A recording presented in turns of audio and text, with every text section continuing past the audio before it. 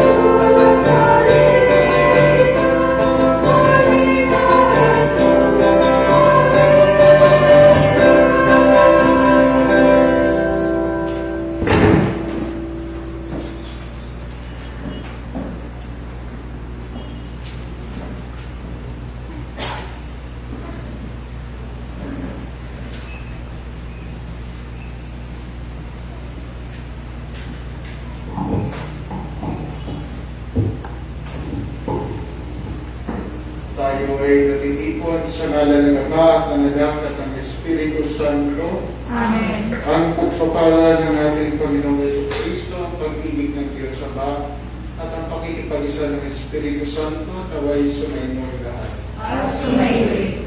Mga kapatid, tayo na ay nasa panahon ng Advento. Ito ang panahon kung kailan tayo ay naghahanda at naghihintay sa pagdating ng ating Panginoong Jesucristo.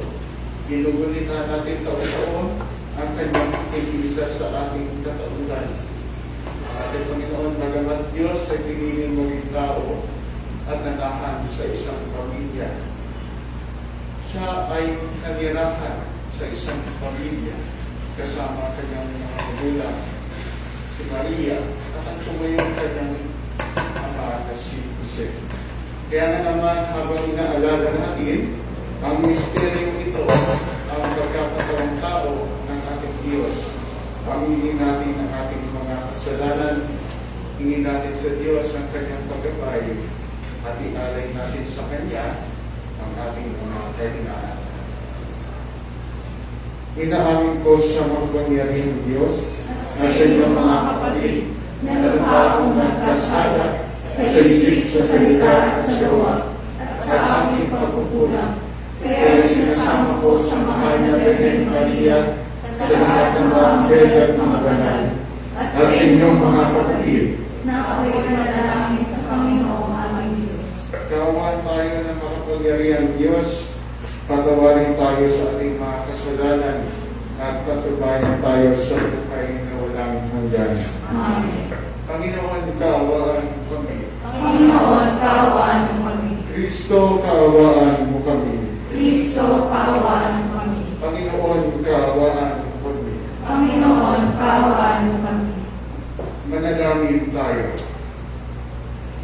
Ama naming makapangyarihan, bigyan mo kami ng paninindigang tumahak sa landas ng kabutihan.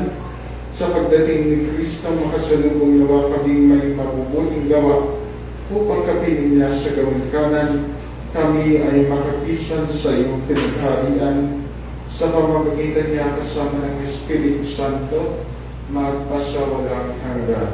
Amen. Magsiupo po ang lahat at makinig sa pagpapahayag ng salita ng Diyos. Hindi lamang ibabalik ng Mesiyas, matuwid na sanga ni David, ang kaluwalhatian ng angkan ni Haring David, kundi isa itong paghahanda sa dakilang hari ng sanlibutan.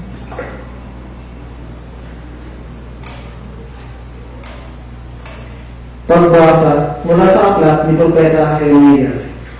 Sinabi ng Panginoon, dumarating na ang araw, natutuparin ko ang pangako sa Israel at sa Juda. At sa panahon iyon, masisibulin ko ang matuwid na sanga ni David. Pag-iiralin niya ang katarungan at ang katwiran sa buong lupain. Sa mga araw iyon, maliligtas ang mga taga-Huda at mapayapang mamumuhay ang mga taga-Jerusalem. At sila itatawagin sa pangalang ito, ang Panginoon ng ating katwiran. Ang salita ng Diyos. Salamat sa Diyos. Sa iyo ako tumatawag, poong Diyos na nagliligtas. Sa iyo ako'y tumatawag poong Diyos na nagbibigkas. Ang kalooban mo ituro, O Diyos, ituro mo sana sa abang mong lingkod. Ayon sa matuwid, ako ay turuan. Ituro mo poon ang katotohanan. Tagapagligtas ko inaasahan. Sa iyo ako'y tumatawag poong Diyos na nagbibigkas. Mabuti ang poon at makatarungan sa mga sagaling guro at patnubay. Sa mga panloob, siya yaong gabay at natuturo ng kanyang kalooban. Sa iyo ako'y tumatawag poong Diyos na nagbibigkas. Tapat ang pag-ibig siya ng umaakay, sa tumatalima sa utos at tipan. Sa tumatalima, siya'y kaibigan, at tagapagturo ng tipan niyang banal. Sa iyo ako'y tumatawag poong Diyos na nagbibigkas. Sa ikalawang pagbasa, itinuturo ni San Pablo ang tamang paraan ng paghahanda sa pagdating ng Panginoon, ang mabuhay ng matuwid at may malasakit sa kapwa.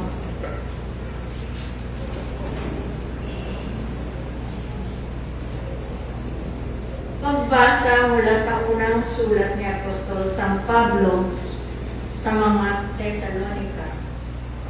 Mga kapatid, palaguin nawa at pag-alabin ng Panginoon ang inyong pag-ibig sa isa't isa at sa lahat ng tao, tulad ng pag-ibig namin sa inyo. Kung ito ang mangyayari, palalakasin niya ang inyong loob. Sa gayon, kayo'y mananatiling banal at walang kapintasan sa harapan ng ating Diyos at Ama hanggang sa muling pagdating ng ating Panginoong Jesus kasama ng mga hinirang niya.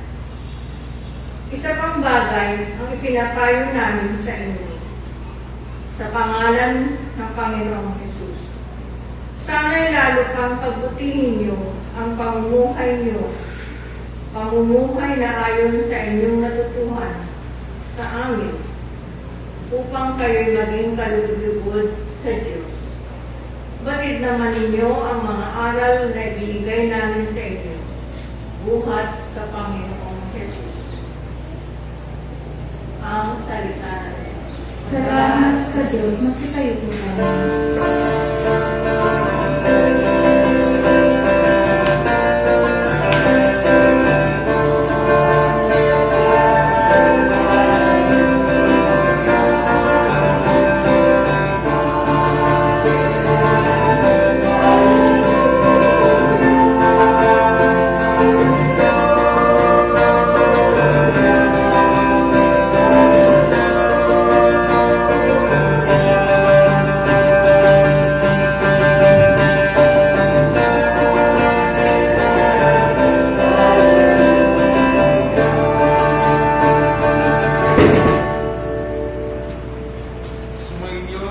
Panginoon.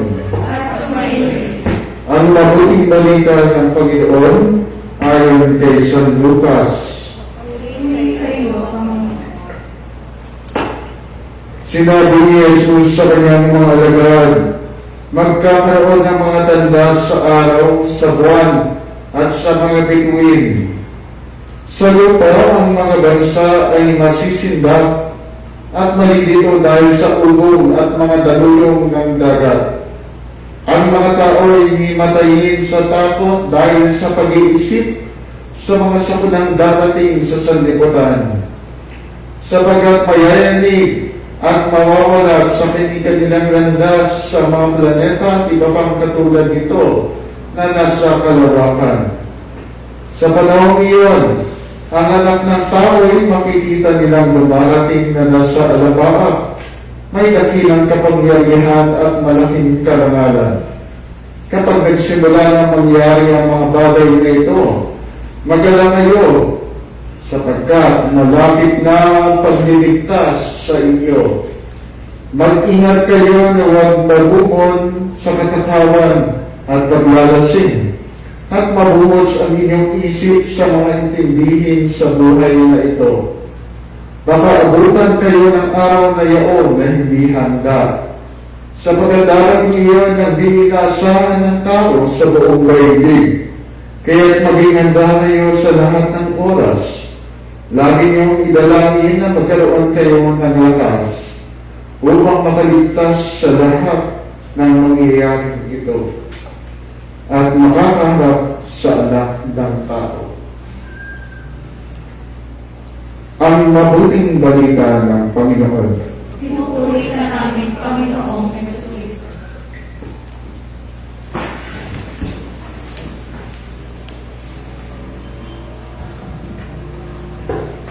Sa ating karanasan po, kapag meron tayong inaasahang bisita, isang taong malapit sa ating mga puso, isang taong malapit sa atin, marahil isang kaibigan o kaya isang kamag-anak, kung minsan pagandaan natin siya, hindi sapat para sa atin, naibigay na lang kung ano ang meron na karaniwan. Gusto natin para sa taong mahal na mahal natin, espesyal ang kanyang daratnan. Kung minsan sa mga mag-asawa, gusto ng asawa na paglutuan ng masarap ulam para pagdating ng lalaki at ay siya'y makakain ng masarap na ulam. Ganun din naman pag may inaabangan tayong mga bisita. Kung minsan tayo ay nasasabi, tayo ay lubos na liligayahan. Kung kaya hindi pa dumarating ang ating inaasahang bisita, minsan tinatawagan na natin siya, minsan sinasya o kaya tinetext na natin. Dahil hindi tayo makapaghintay sa pagdating ng taong malapit sa puso natin. Ang taong umiibig, walang sayang ang paghahanda. Lahat ay gagawin para maging handa, para mapasaya at maging matatag ang pakikipagsapalaran at pakikipag-ugnayan sa taong malapit sa Kanya. At ngayong panahon ng Advento, ang taong ito na malapit sa ating puso, higit pa sa ating mga kaibigan, higit pa sa ating mga kamag-anak, ay walang iba kundi ang ating Panginoong Jesucristo. Hindi lamang siya tao, bukod sa pagiging taong totoo, ang ating Panginoong Jesucristo ay Diyos na totoo. Iyan ang misteryong ating pinagdiriwang sa panahon ng Kapaskuhan. Marahil sa ibang hindi naniniwala, ay isang katatawanan na ang Diyos, parang Diyos ay maging isang tao.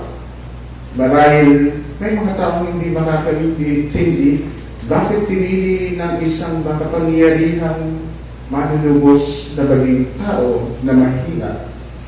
Ngunit iyon ang misteryo ng ating kaligtasan. Iyon ang hangganan ng kanyang pagbibigay sa atin. Tulad ng sinabi natin kanina, walang sayang sa taong umiibig. Walang sayang sa paghahanda. Kaya nga naman ang Panginoon hinahanda ang ating kaligtasan at hindi niya isinayang ang kanyang buhay. Hindi niya ito sinayang kahit na inialay niya ito para sa ating lahat. Ngayon ay unang linggo ng Adviento at kung mapapansin mo ay nasindihan na unang kandila ng Advent tree, kulay purple. At ngayon, yung apat na kandila na yan ay nagsisimbolo ng apat na linggong paghintay sa panahon ng Adviento bago magkapaskuhan. At bawat kandila na yan ay nagsisimbolo ng isang mahalagang kaugalian para matulungan tayo sa paghahanda natin sa pagdating sa pagulitan natin sa pagsilang ng Panginoon. Ang unang kandila na ating sinindihan ay nagsisimbolo ng pag-asa. Kung ating papakinggan ang ating ebanghelyo at ang ating mga pagbasa, marahil ang iba sa atin ay natakot. Bakit ba kailangan gumulaw ang mundo? Bakit ba umandong tayo sa kamatayan? Bakit kailangan ito? Bakit ba darating ang mga sakuna sa sanlibutan? Bakit may paghihirap? Bakit may paglilibis? Ngunit pinapaalala sa atin ngayon na itong mga bagay na ito ay hindi upang tayo ay takutin, hindi upang para tayo ay sirain, hindi upang tayo ay wakasin. Mangyayari lahat ng ito upang tayo ay maging karapat-dapat at maging handa, maging malakas, maging mas matibay sa pagdating ng Panginoon. Kaya sinasabi sa ating ebanghelyo na kapag nangyari ang mga bagay na ito, dapat tayo ay matuwa dahil sa panahon na iyon, nalalapit na ang ating kaligtasan. Babalik na magmuli ang ating Panginoong Jesucristo. Kung iisipin niyo po parang isang paro-paro, isa pag maraming paro-paro ay nakakatawang tingnan, palipat-lipat sa paligid. Ngunit hindi naman nila kaagad-agad na tamuin yung anyok na yan. Bago sila naging paro-paro, nagsisimula sila sa pagiging itlog, naging larva, naging caterpillar. Kaya sa caterpillar, gagawa sila ng cocoon, yung sarili niyang bahay.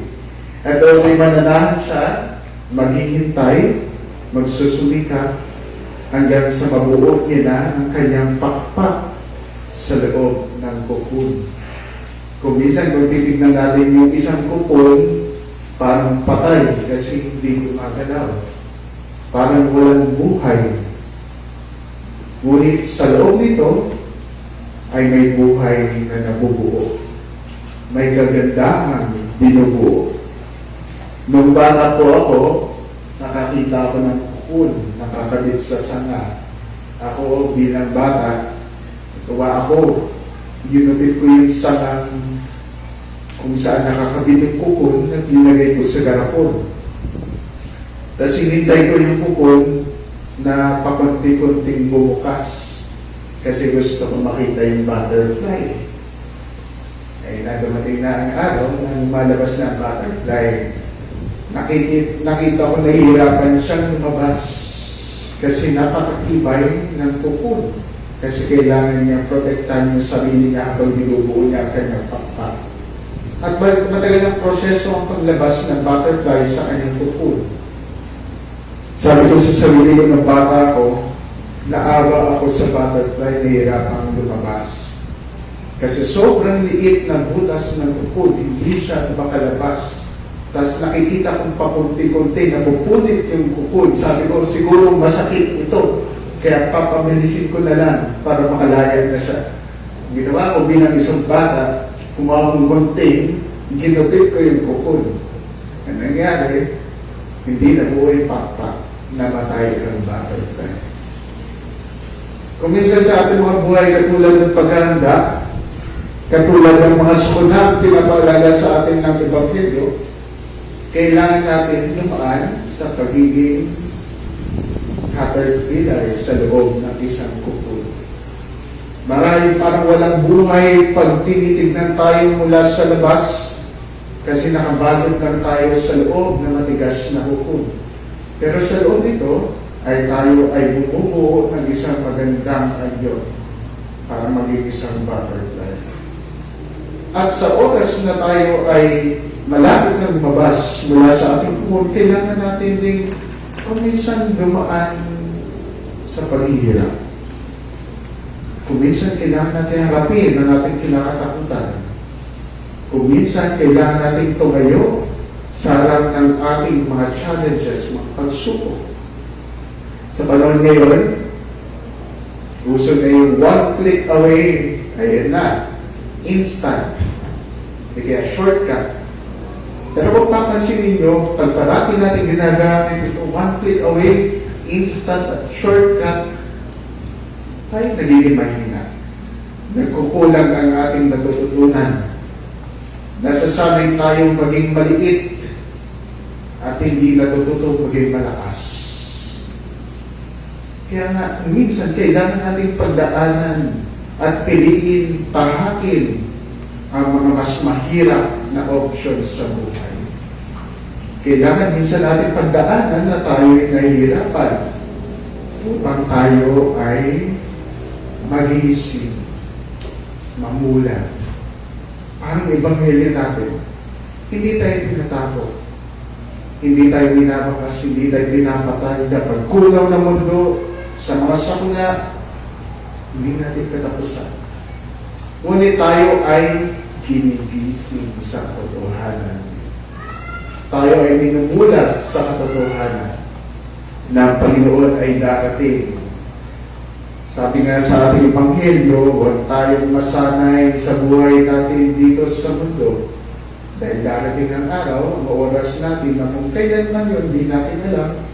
Ngunit sa pagkakataon yun, dadaling tayo ng Panginoon sa kalangitan, sa kanyang kaharian. At kung mahigpit ang ating pagkakapit sa buhay natin dito sa mundo, mahihirapan natin bitawan ang ating nakagawian. At mahihirapan natin tanggapin ang inaalay sa atin na buhay na walang hanggan ng ating Panginoon. Kaya na sa ating paghahanda sa araw na ito, nagbibigay sa atin ang ating mga pagbasa ng kakaunting mga paalala. Sa ating unang pagbasa mula sa aklat ni Propeta Jeremias, sinasabi sa atin na sa lahat ng kabutihan na ating gagawin, simple lang ang kasagutan. Simple lang ang dahilan. Ang Diyos ang siyang katuwiran. Ang Diyos ang siyang dahilan. Kung isa nakakapagod gumawa ng mabuti, kaya mahirap kayo ang meeting. Kung minsan magsasawa ka na lang kasi minsan parang walang bumabalik sa'yo. Pero yan ang kalikasan ng pag-ibig. Patuloy yung pagbubuhos, patuloy yung pagbibigay. Yan kung minsan po umaabot tayo sa pagkakataon na nakakapagod gumawa ng mabuti, alalahanin natin ang sinabi ng Propeta Jeremias, ang Diyos ang siyang katuwiran. Kung nalagaan natin ang ating pangangatawan ng ating sarili, ang Diyos ang siyang dahilan. Kung tayo hindi natin ng ating kapwa, ang Diyos ang siyang dahilan. Kung tayo gumagawa tayo ng mabuti, ang Diyos ang siyang dahilan at wala nang ibang dahilan na kailangan natin isipin pa dahil ang Diyos lamang ang dahilan ng lahat ng kabutihan. Ganun din ang pinapaalala sa atin ng pangalawang pagbasa mula sa sulat ni Apostol San Pablo sa mga taga-Thessalonica na manatili tayong gampanin ang ating buhay bilang mga Kristiyano. Kung may kabutihan tayong ginagawa, pagpatuloy natin. Huwag tayong huminto sa paggawa ng mabuti. Dahil ito ang magandang paraan para maging handa tayo sa pagdating ng Panginoon. Sabi nga nila, the practice makes perfect. Kung paulit-ulit tayo gumagawa ng mabuti, hindi tayo huminto gumawa ng mabuti. Ang kabutihan ay likas na ating magagawa araw-araw. Kaya mga kapatid, sa pagdating ng Panginoong Jesucristo, sa ating pagulitan ng kanyang kapanganakan, katulad ng ating pagbasa, hindi lang natin inaalala ang kanyang unang pagdating dito na kung kailan isinilang siya ng mahal na Birheng Maria sa pamamagitan ng Espiritu Santo. Ngunit inaabangan natin din ang kanyang muling pagbaba dito mula sa langit para gawin ganap ang ating mga buhay. Simula nung dumating siya dito sa mundo sa pamamagitan ng Birhen, ay araw-araw siyang isinisilang at dumarating sa ating mga puso. Kailangan lang natin tanggapin. kailangan lang natin kilalanin. At magagawa natin yun kapag meron tayong pusong patuloy na gumagawa ng kabutihan. Pusong patuloy na marunong umibig.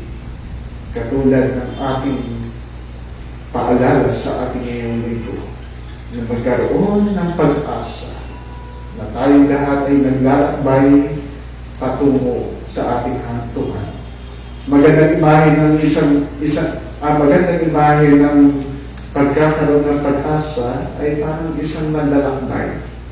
Hanggat hindi ka pa nakakarating sa pinaroroonan mo, ikaw ay mananatiling manlalakbay.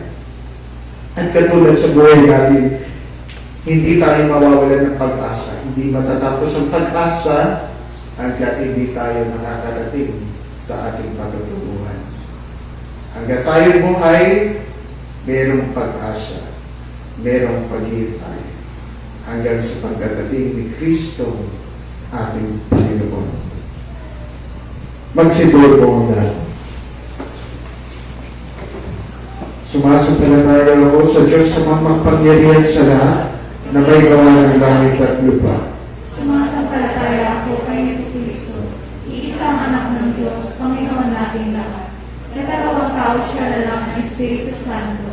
Pinanganak ni Santa Maria Virgen, pinagpapasakit ni Poncio Pilato, ipinako sa krus na matay ni Dibig, nanao sa kinaroonan ng mga yumao, na may 3 araw na buhay na maguli, umakyat sa langit, naluklok sa kanan ng Diyos ang mga makapangyarihan sa langit. Doon magmumulang kalibig at hukom sa nangabubuhay at ang matay na tao.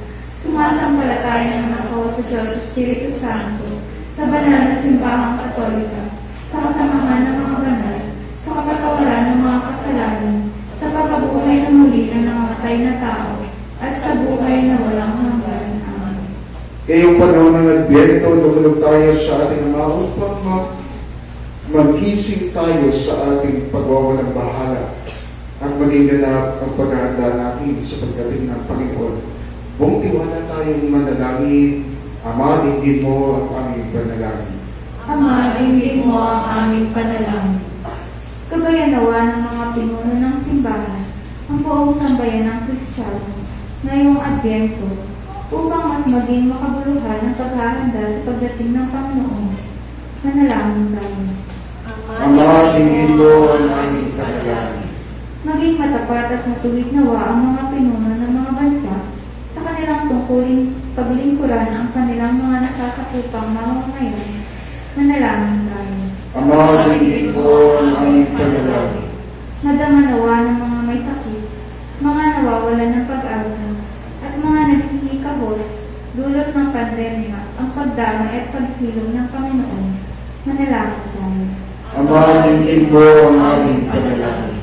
Makalakbay nawa kami ng may pagpapakumbaba ngayong bagong taon ng liturhiya upang sa aming patuloy na pagtahak dito sa bayang kahapis-hapis, matahak namin ang landasin tungo sa kabanalan at kaganapan ng paghahari ng Diyos.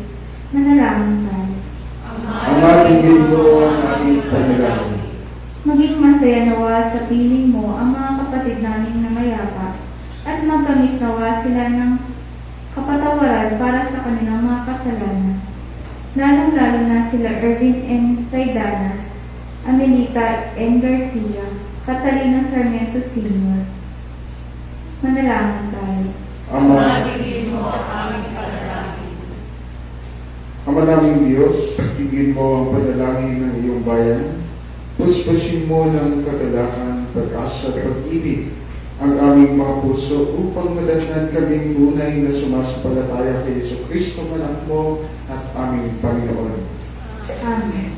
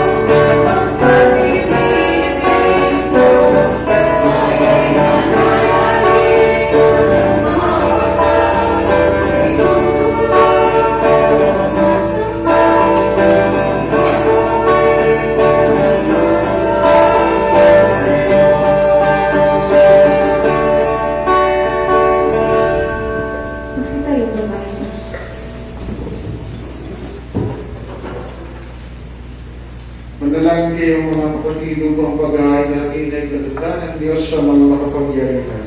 Tapos ginawa ng Panginoon ito pagpagaling sa iyong mga kamay, sa kapurihan niya at karangalan sa ating kapakinabangan at sa buong sambayanan niya.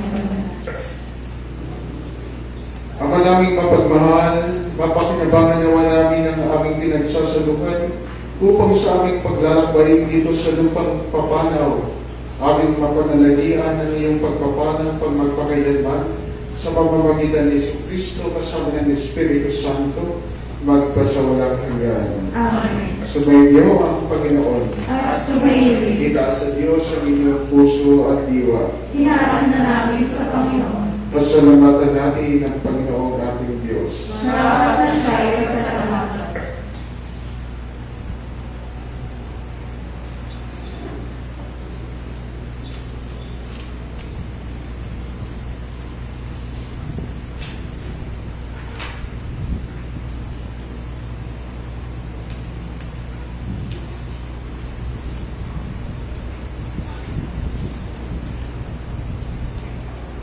Ang naming pagpangyarihan, tunay ang marapat na ikaw ay aming pasalamatan sa pamamagitan ng Kristo na aming Panginoon. Siya ang salitang nagawa mo at kapiling noong ang lahat ang umira na iyong likhain. Siya'y sinugo mo para kami sa gipit palayanin, kaya't siya'y tinalinga ng mga nagalihan na naging kanyang ng totoo sa kapangyarihan ng Espiritu Santo. Ingako niyang sundin ang loob mo at kampihin ang sampay ng para sa iyo. Tinagtiisan niyang iunat ang krus at ang kanyang mga kamay upang magwakas ang kamatayan at mahayag ang pagkabuhay.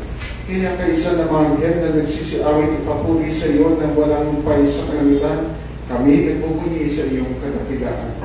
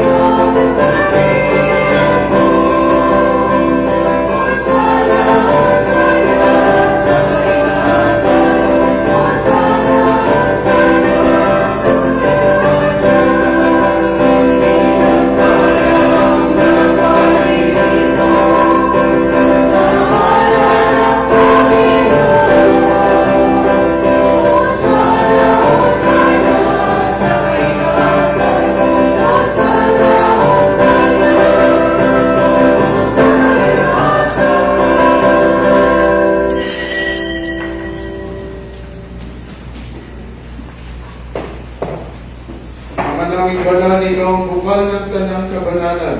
Kaya't sa pamamagitan ng iyong Espiritu, gawin mong banal ang mga kaloob na ito upang para sa amin ay maging katawan at dugo ng aming Panginoong Yesu Kristo. Bago niya pinagtiis ang pusang loob na maging handog, hinawakan niya ang tinapay, pinasalamatan niya. Pinanhati-hati niya ito, inabot sa kanyang mga alagad at sinabi, "Tanggapin ninyo lahat ito at kanin. Ito ang aking katawan na ihandog para sa inyo."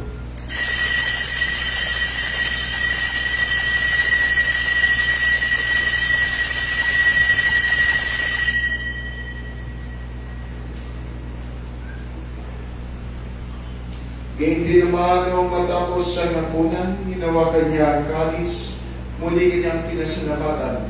Iniabot niya ang kalis sa kanyang mga alagad at sinabi, "Tanggapin ninyong lahat ito at inumin. Ito ang kalis ng aking dugo, nagbago at walang hanggang tipan. Ang aking dugo ay bubuhos para sa inyo at para sa lahat sa ikapagpapatawad ng mga kasalanan. Gawin ninyo ito sa pag-alala sa akin."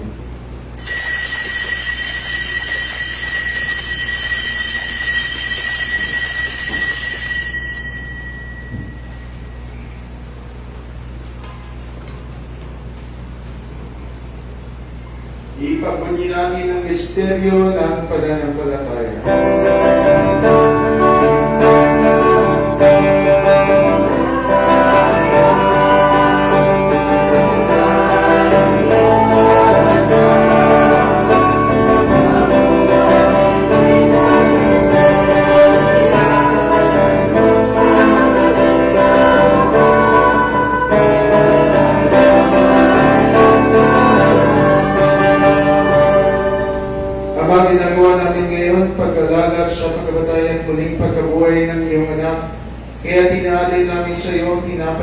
binibigay buhay at ang kalis na nagkakaloob ng kaligtasan. Kami nagpapasalamat dahil kami yung minarapat at tumayo sa harap mo para maglingkod sa iyo. Isinasama namin kami magsasalo-salo sa katawan at dugo ni Kristo ay mabuklod sa pagkakaisa sa pamamagitan ng Espiritu Santo. Kamalingapin mo ang iyong simbahang naganak sa buong daigdig. Kuskusin mo kami sa pag-ibig. Gaya sa ni Francisco na aming Papa, di Bartolome na aming Bispo at ang talang kaparian. Lalagi mo rin ang mga kapatid namin na hinday ng may pagkasan sila'y muling mabubuhay. Kainin ng lahat ng mga pumanang. Kawaan mo sila at patuloyin sa iyong kaliwanagan. Kawaan mo at pagindapatin kami lahat na makasalo sa iyong buhay na walang wakas. Kaysa na mahal na Belen Maria na ina ng Diyos, kaysa ni San Jose ang kanyang kalinis-linis ng esposo, kaysa ng mga apostol at ang lahat ng mga banal, na namuhay dito sa daigdig ng kalugod-lugod sa iyo. May pagdiwang-gawa namin na pagpupuri sa kiranganan mo sa pamamagitan ng iyong anak na aming Panginoong Jesucristo. Sa pamamagitan ni Kristo, kasama niya at sa Kanya, ang lahat ng paragal at papuri ay sa iyo, Diyos sa mga makapangyarihan, kasama ng Espiritu Santo, magpasawalan hanggan.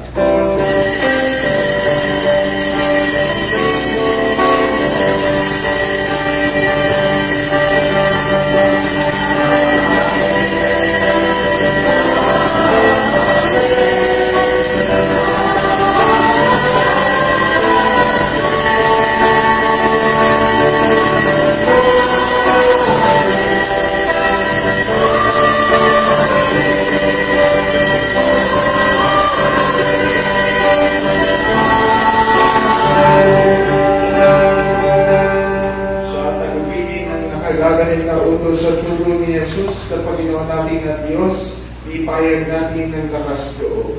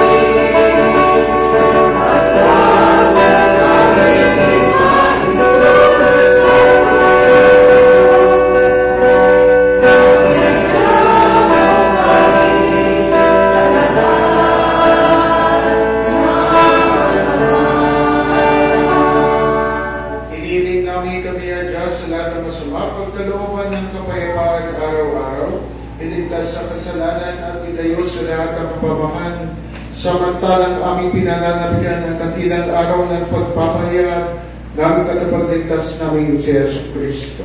Sapagkat iyong kaharian ang kapangyarihan at ang kapulihan magpakailanman. Amen.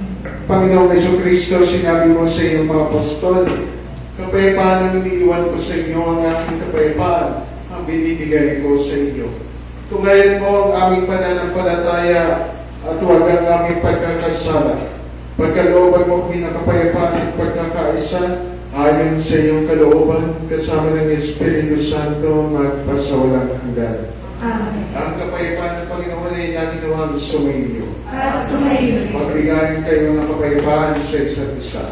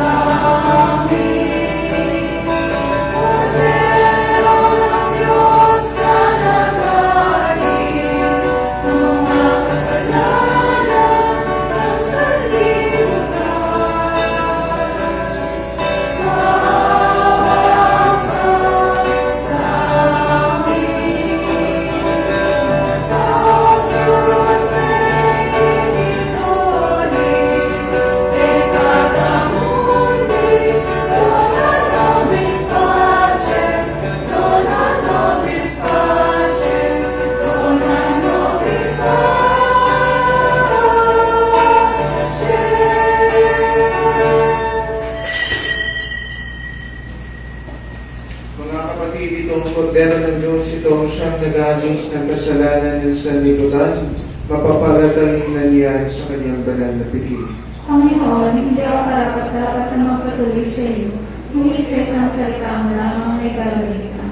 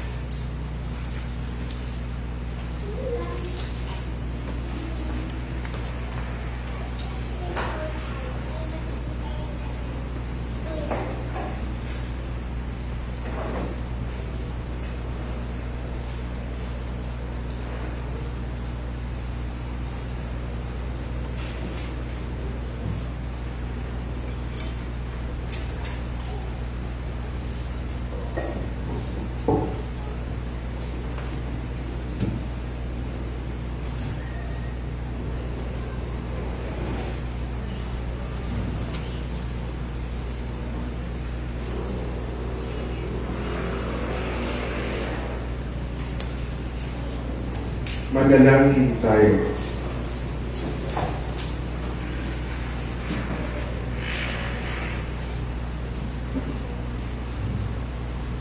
namin mapagmahal, mapakinabangan nawa namin ang aming pinagsaluhan upang sa aming paglalakbay dito sa lupang papanaw, aming mapanalagyan ang iyong pagpapalang pagmamagkailanman sa pamamagitan ni Yesu Cristo kasama ng Espiritu Santo, magpas sa walang hanggan.